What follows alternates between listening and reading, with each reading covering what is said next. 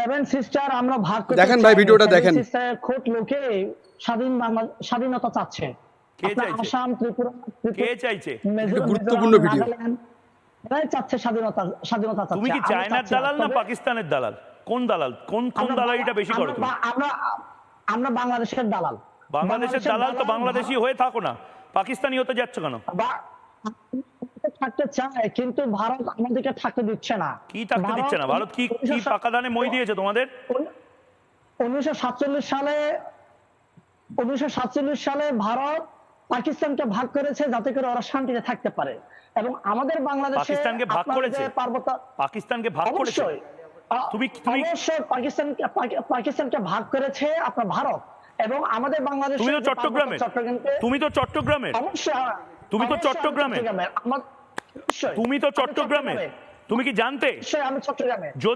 যদি ইন্ডিয়া চাইতো আজকে তুমি ভারতীয় হয়ে এই ভারতের রিপাবলিক বাংলার কলকাতার অফিসে বসে ডিবেটটা করতে, তোমরা বলছো না কেন বাংলাদেশ থেকে বেরিয়ে আসতে চাও? চট্টগ্রাম মাঙ্গে আজাদি।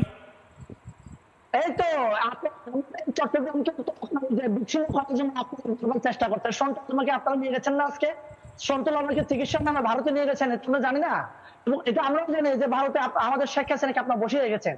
শেখ হাসিনাকে আপনারা পালেন। শেখ হাসিনা এই হাসিনা যে সমস্ত কিছু ভারত করছে সেগুলো বাংলাদেশের ভালোর জন্য করছে।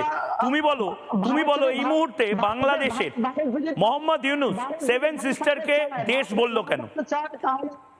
থোয়াই চিংমংসা, সেভেন সিস্টার কোনো দেশ নয়, ভালো করে শুনে নাও।